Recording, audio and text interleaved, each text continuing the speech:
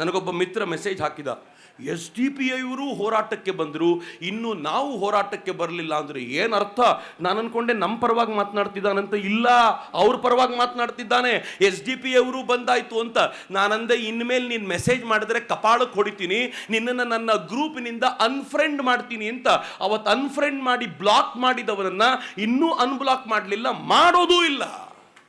ಯಾಕೆ ಮಾಡೋದಿಲ್ಲ ಅಂತಂದರೆ, ಕೈಗೆ ರಾಖಿ ಕಟ್ಟಿಕೊಂಡು ಈ ಷಡ್ಯಂತ್ರವನ್ನು ಅರ್ಥ ಮಾಡ್ಕೊಳ್ಳಿಕ್ಕಾಗದ ನಿನ್ನನ್ನು ನಾನು ಫ್ರೆಂಡಾಗಿ ಇಟ್ಕೊಳ್ಳೋಕ್ಕಿಂತ ಒಬ್ಬ ಪ್ರಾಮಾಣಿಕ ಸಾಮಾನ್ಯ ವ್ಯಕ್ತಿ ನನ್ನ ಜೊತೆ ಇರೋದು ಭಾಳ ಒಳ್ಳೆಯದು ಅಂತ ನನಗೆ ಯಾವಾಗಲೂ ಅನಿಸುತ್ತೆ. ಮಿತ್ರರೇ, ನಾವು ಮಾಡಬೇಕಾಗಿರೋ ಮೊದಲನೇ ಕೆಲಸ ಇದು. ನಮ್ಮ ಪ್ರಹಾರ ಆಗಬೇಕಾಗಿರೋದು ಅಲ್ಲಿ ಅಂತ. ಇವತ್ತು ಇದರಿಂದ ಇರುವಂಥ ಅಷ್ಟೂ ಷಡ್ಯಂತ್ರವನ್ನು ಹೊರಗೆ ಎಳಿದೇ ಹೋದರೆ ಇದು ಬಹಳ ಗಂಭೀರವಾದ ಸ್ಥಿತಿಯನ್ನು ತಲುಪುತ್ತೆ ಅಂತ ನನಗೆ ಯಾವಾಗಲೂ ಅನಿಸುತ್ತೆ. ಬಹಳ ಜನ ನಂಗೆ ಪದೇ ಪದೇ ಪ್ರಶ್ನೆ ಕೇಳ್ತಾರೆ, ಧರ್ಮಸ್ಥಳವೇ ಯಾಕೆ ಇವರ ಕೇಂದ್ರ, ಯಾಕೆ ಇವರ ಅಟ್ಯಾಕಿಗೆ ಗುರಿ ಆಗುತ್ತೆ ಅಂತಂದರೆ, ನಾನು ಒಂದ್ಸಲ ಒಬ್ಬ MP ಅವರ ಜೊತೆ ಮಂಗಳೂರಿನಲ್ಲಿ ಮಾತನಾಡ್ತಾ ಕೂತಾಗ ಅವ್ರನ್ನ ಕೇಳಿದೆ, ದಕ್ಷಿಣ ಕನ್ನಡದಲ್ಲಿ ಇಷ್ಟೆಲ್ಲ ನೀವು ಮಾಡ್ತೀರಾ, ಎಷ್ಟು ಕೆಲಸ ಮಾಡ್ತೀರಾ, ದೇವಸ್ಥಾನಗಳ ಜೀರ್ಣೋದ್ಧಾರ ಆಗುತ್ತೆ, ಬ್ರಹ್ಮಕಲಶ ಆಗುತ್ತೆ, ಹೊಸ ಹೊಸ ದೇವಸ್ಥಾನಗಳ ನಿರ್ಮಾಣ ಆಗುತ್ತೆ, ಭೂತದ ಕೋಲ ಆಗುತ್ತೆ, ದೈವದ ಕೆಲಸ ಆಗುತ್ತೆ, ಇಷ್ಟೆಲ್ಲ ಕೆಲಸ ನಡೆಯುತ್ತಲ್ಲ, ಎಷ್ಟು ಖರ್ಚು ಮಾಡ್ಬೋದು ಪ್ರತಿ ವರ್ಷ ಅಂತ. ಅವ್ರು ಹೇಳಿದರು, 10 ವರ್ಷಗಳ ಹಿಂದೆ 500 ಕೋಟಿ ರೂಪಾಯಿ ಮಿನಿಮಮ್ ವಾರ್ಷಿಕ ವಹಿವಾಟು ದೇವರ ಕೆಲಸಗಳಲ್ಲೇ ನಡೆಯುತ್ತೆ, ಇಲ್ಲಿ ಸಂಸ್ಕೃತಿ ಬಲವಾಗಿ ಬೇರು ಬಿಟ್ಟಿದೆ ಅಂತ. ಇವತ್ತು 500 ಕೋಟಿ ಅಲ್ಲ, ಮಿನಿಮಮ್ 750 ಕೋಟಿಯಿಂದ 1,000 ಕೋಟಿ ರೂಪಾಯಿವರೆಗೂ ಇದಿರಬಹುದು ಅಂತ ನನಗನ್ಸುತ್ತೆ.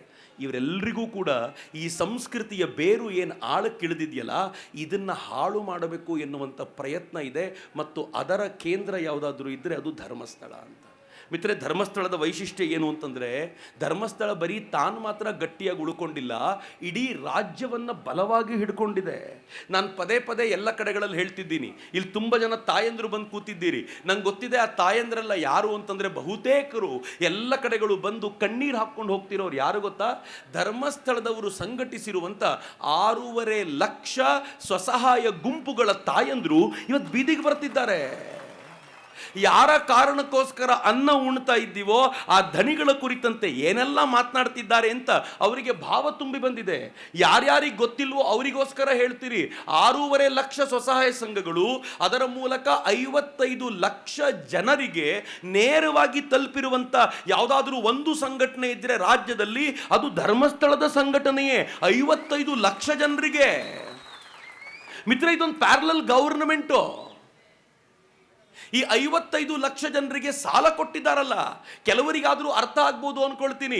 10,000 ಕೋಟಿ ಸಾಲ ಅಲ್ಲ ಡಿಸ್ಬರ್ಸ್ ಮಾಡಿರೋದು, 25,000 ಕೋಟಿ ಅಲ್ಲ, 50,000 ಕೋಟಿ ಅಲ್ಲ, 1 ಲಕ್ಷ ಕೋಟಿ ಅಲ್ಲ, 1.25 ಲಕ್ಷ ಕೋಟಿ ರೂಪಾಯಿ ಸಾಲವನ್ನು ಈ ರಾಜ್ಯದ 55 ಲಕ್ಷ ಪರಿವಾರಗಳಿಗೆ ಡಿಸ್ಬರ್ಸ್ ಮಾಡ್ಲಿಕ್ಕೆ ಸಾಧ್ಯ ಆಗಿದೆಯಲ್ಲ, ಅದು ಧರ್ಮಸ್ಥಳದ ಸಾಧನೆ. ಅಯೋಗ್ಯನೊಬ್ಬ ಬಂದು ಹೇಳ್ತಾನೆ, ಲೇವಾದೇವಿ ವ್ಯವಹಾರ ಮಾಡ್ತಾರೆ ಅಂತ ಹೇಳ್ತಾನಲ್ಲ.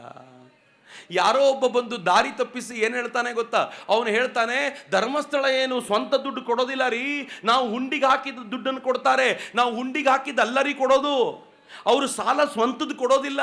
ಅವ್ರು ಏನು ಮಾಡಿದ್ದಾರೆ ಗೊತ್ತಾ ಧರ್ಮಸ್ಥಳದವರು? ವೀರೇಂದ್ರ ಹೆಗಡೆ ಅವರ ಕಲ್ಪನೆ ನೋಡಿ. ಅವ್ರು ಹೇಳಿದ್ರು, ಈ ಹಳ್ಳಿಯಲ್ಲಿರುವ ಬಡವರಿಗೆ ನಮ್ಮ ಬ್ಯಾಂಕ್ಗಳು ಸಾಲ ಕೊಡೋದಿಲ್ಲ, ಯಾಕೆಂದ್ರೆ ಅವರಿಗೆ ಶ್ಯೂರಿಟಿ ಕೊಡ್ಲಿಕ್ಕೆ ಯಾರೂ ಇರೋದಿಲ್ಲ. ಆ ಬಡವರ ಪರವಾಗಿ ಶ್ಯೂರಿಟಿ ಮಂಜುನಾಥ ಇರ್ತಾನೆ, ನಾನು ಇರ್ತೀನಿ, ನೀವು ಅವ್ರಿಗೆ ಸಾಲ ಕೊಡಿ, ತೀರಿಸುವ ಜವಾಬ್ದಾರಿ ನನ್ನದ್ದು ಅಂತ ಬ್ಯಾಂಕಿನ ಎಕ್ಸ್ಟೆಂಡೆಡ್ ಆರ್ಮ್ ಆಗಿ ಆ ಬ್ಯಾಂಕ್ಗಳ ಮೂಲಕ ಸಾಲ ಕೊಡಿಸಿರೋದು. 1.25 ಲಕ್ಷ ಕೋಟಿ ರೂಪಾಯಿ ಸಾಲ ಬ್ಯಾಂಕ್ಗಳು ಕೊಟ್ಟಿವೆ. ಯಾರ ನಂಬಿಕೆಯ ಮೇಲೆ? ವೀರೇಂದ್ರ ಹೆಗ್ಗಡೆಯವರ ನಂಬಿಕೆ ಮೇಲೆ. ಯಾವುದಾದ್ರೂ ಹಳ್ಳಿಗೆ ಒಬ್ಬ ಮತಾಂತರ ಮಾಡುವಂಥ ಇವ್ಯಾಂಜಲಿಸ್ಟ್ ಹೋಗಿ, ನಿಮಗೆ ನಾನು ಅಕ್ಕಿ ಕೊಡ್ತೀನಿ, ನೀವು ನಮ್ಮ ಯೇಸುವನ್ನು ಸ್ವೀಕರಿಸಿ ಅಂತಂದರೆ ಅಲ್ಲಿನ ಜನ ಏನು ಹೇಳ್ತಾರೆ ಗೊತ್ತಾ? ನಮಗೆ ಮಂಜುನಾಥ ಇದ್ದಾನೆ, ಬೇಕಾದಷ್ಟು ಅಕ್ಕಿ ಕೊಟ್ಟಿದ್ದಾನೆ, ನೀವು ಬೇಕಾಗಿಲ್ಲ ಹೋಗಿ. ನಿಮಗೆ ಸ್ಕಾಲರ್ಶಿಪ್ ಕೊಡ್ತೀನಿ, ನೀವು ಮತಾಂತರಗೊಳ್ಳಿ ಅಂತಂದರೆ ನಮ್ಮ ಹಳ್ಳಿಯ ಹೆಣ್ಣು ಮಕ್ಕಳು ಹೇಳ್ತಾರೆ, ನನ್ನ ಮಗನನ್ನು ಮಂಜುನಾಥ ಓದಿಸ್ತಾ ಇದ್ದಾನೆ, ನೀನೇನು ಬೇಕಾಗಿಲ್ಲ ಹೋಗು ಅಂತ.